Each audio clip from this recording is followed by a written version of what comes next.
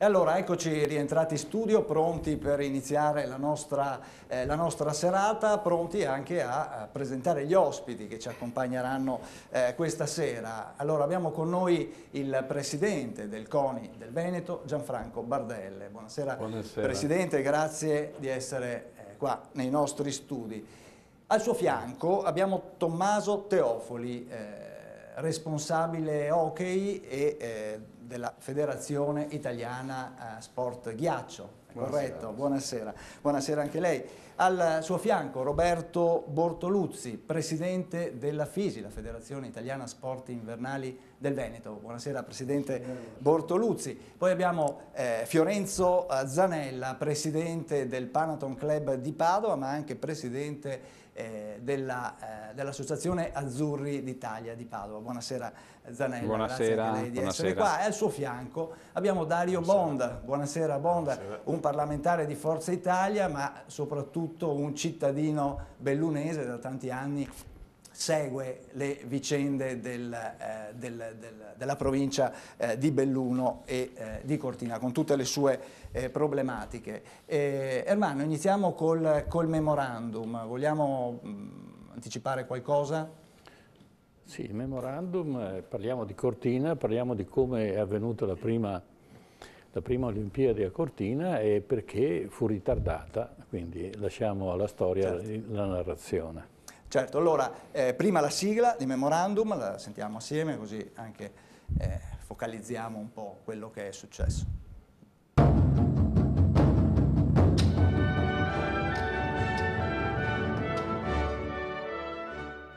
Memorandum, storia e memoria. 9 giugno 1939. A Londra il CO assegna le Olimpiadi invernali a Cortina d'Ampezzo. I giochi non si disputeranno per lo scoppio della Seconda Guerra Mondiale. Ecco, questo in sintesi, ma adesso sentiamo bene come sono andate le cose in questo servizio. Fu il conte Alberto Buonacossa con la moglie Maria, d'accordo con le autorità sportive di allora, a incoraggiare e convincere l'amministrazione comunale di Cortina d'Ampezzo a porre la propria candidatura per i Giochi Olimpici Invernali del 1944. Nella 38esima sessione del CIO, che si tenne a Londra dal 6 al 9 giugno 1939, Cortina ottenne l'assegnazione battendo le altre due candidate, Oslo e Montreal, ma i tempi purtroppo non erano quelli giusti. Lo scoppio della Seconda Guerra Mondiale impose lo stop all'iniziativa. Nel 1946 la FISI, in una riunione a Milano, decise con l'avallo della giunta comunale del CONI di riproporre la candidatura di Cortina per ottenere i 6º Giochi Olimpici Invernali. La presentazione fu affidata ad una delegazione condotta sempre dal conte Buonacossa, ma Cortina questa volta fu battuta di solo 2 voti da Oslo. Finalmente, alla terza candidatura, presentata durante la 43esima sessione del CIO, svoltasi a Roma il 27 aprile 1949, Cortina ottenne di poter organizzare i giochi del 1956. La sua candidatura prevalse nettamente su quelle di Colorado Springs, Montreal e Lake Placid. Ecco, allora appunto alle Olimpiadi del 56 di Cortina si arriva come dire, al terzo tentativo, Bardelle. Non era facile neanche allora, poi in quel periodo lì ci si mise di mezzo il conflitto mondiale, il secondo conflitto. Ma certamente organizzare un'Olimpiadi è avere un fiore all'occhiello per il mondo dello sport, la località che viene scelta, per cui certamente quando il CIO si riunisce per decidere la località non è che c'è un'unica candidatura, ma ne ha diverse, e specialmente nel mondo della neve è molto importante perché dà un certo riscontro di immagine e quindi certamente le candidature sono molto importanti, si vede anche attualmente, però Cortina ha un fascino unico, alle Dolomiti, aveva impianti che a quel tempo erano all'avanguardia perché Cortina è sempre stato un fiore all'occhiello, per cui se lo meritava questa candidatura, se la meritava come se la merita adesso. Bond, allora nel 1944 Cortina aveva già avuto come dire, l'investitura per ospitare le Olimpiadi, poi bisognerà aspettare appunto due tornate. Diceva bene l'editore nella sua premessa,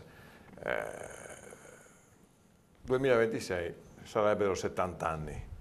E caro editore, tutto torna, perché 70 anni sono 70 anni e quindi alla fine non è solo una coincidenza fatale, ma sono 70 anni. E dico anche che c'è un fatto che possiamo dire con il Presidente, prima Bardelle ne abbiamo parlato, che c'è una cosa anche nuova. Ieri a Cortina hanno fatto la prima riunione di comitato tecnico tra le Regione Veneto, Provincia Autonoma di Trento e di Bolzano, e sono usciti degli indirizzi. Per sfattarne una, quelli di Bolzano si sono presentati con 12 tecnici al top, cioè c'era tutta la rappresentanza per dire guardate che noi ci siamo, assieme a quelli di Trento che erano in 7. Insomma, la Regione Veneto aveva i suoi vertici e quindi alla fine hanno cominciato a lavorare. Ma è uscito stamattina un indirizzo da parte del CIO che secondo me taglia un po' a testa al toro, cioè dà un indirizzo preciso a Bortoluzzi, che è questo, proprio per agganciarmi ancora al discorso dei 70 anni.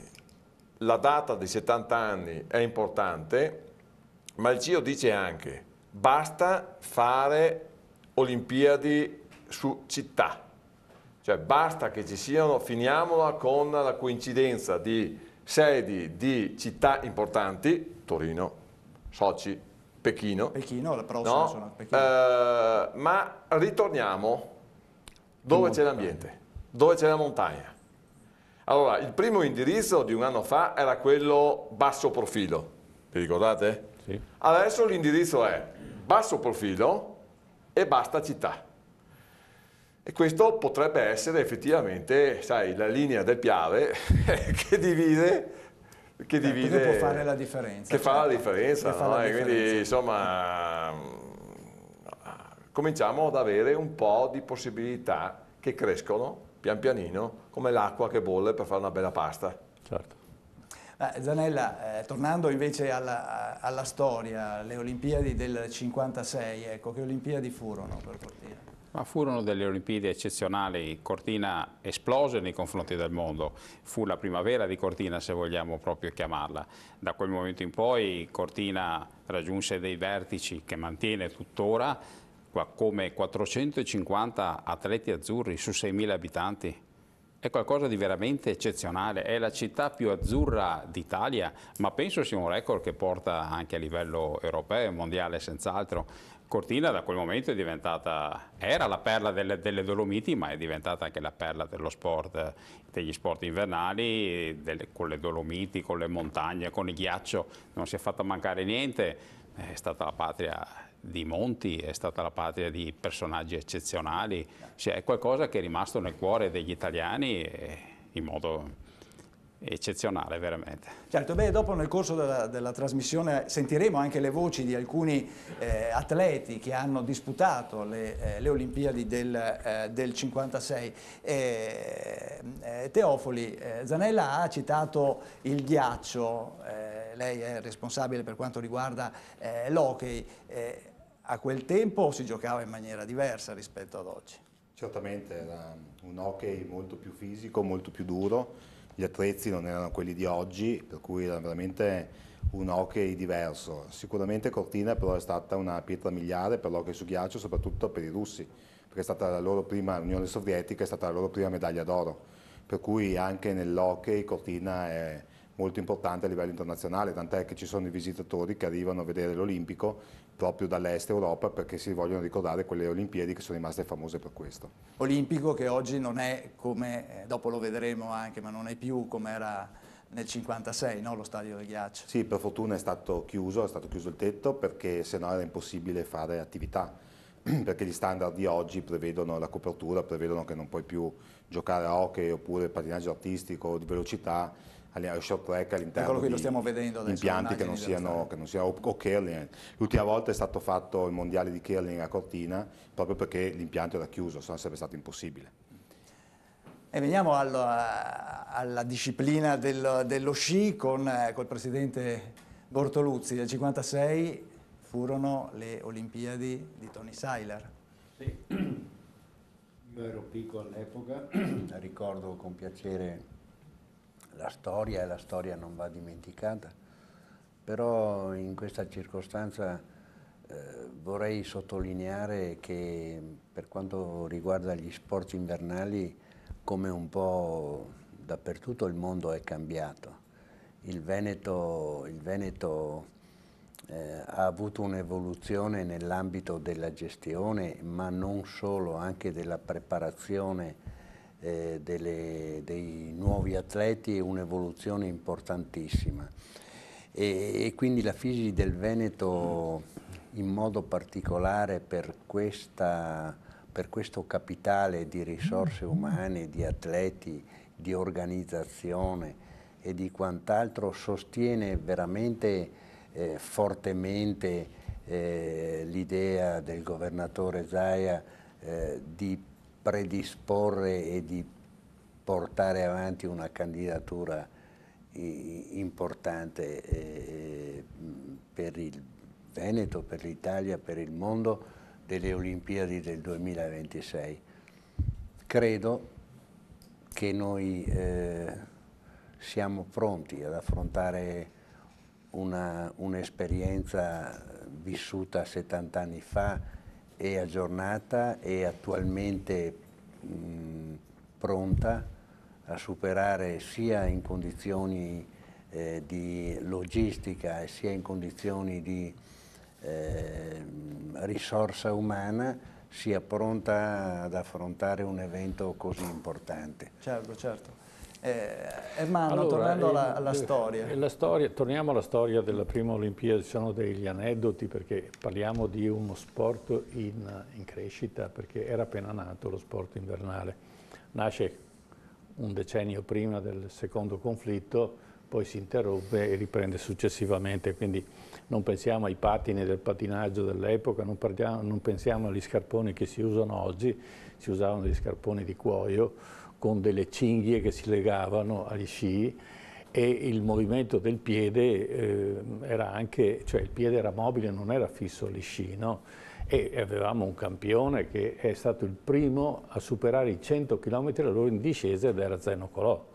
Quindi era una cosa fantastica, 100 km/h con gli sci, ma non c'erano le lamine, era legno puro. Quindi quando facevi lo slalom, lo sci andava dove voleva, addirittura io mi ricordo che li avevo, perché le lamine uscirono più tardi, e le spigoli si consumavano, quindi dopo 3-4 discese il legno si diventava tondo sullo spigolo e quindi lo slalom non era più quello che si pensava. E proprio a Cortina fu inventato l'attacco delle lamine, si prendeva una lama di acciaio e la si avvitava sul legno, però anche quella se ne andava via dopo un certo tempo, quindi bisognava rilaminare e poi si metteva la paraffina sul fondo degli sci, no? Perché con la paraffina, allora cosa si prendeva? Alla sera prima si prendeva il ferro da stiro, si metteva sul ferro da stiro la paraffina, poi si stirava lo sci in maniera tale che col caldo il legno assorbisse, poi durava quello che durava, ma questo era lo sport degli anni 50. Ed è molto interessante perché anche il pattinaggio non è quello di oggi. Oggi abbiamo un pattinaggio che è fantastico. E l'hockey, anche quello stava nascendo, era appena nato. E l'hockey poi nasce, cioè il pattinaggio nasce dall'uso che viene fatto al nord per il transito, no? Allora cosa facevano? Parliamo negli anni 20 e anche precedentemente. La gente si inchiodava un pezzo di ferro sotto gli scarponi e poi faceva la strada, siccome al nord il ghiaccio non manca, facevano i fossi eccetera, e i bambini andavano a scuola correndo dentro i fossi con questi pezzi di ferro, no? E da lì è nato poi, ed era un uso comune, quindi non è una cosa eccezionale, da lì è nato lo sport. Ecco, questa è un po' la storia. Cortina si appropria finalmente nel 1956 dello sport invernale e ne fa uno sport di alto livello.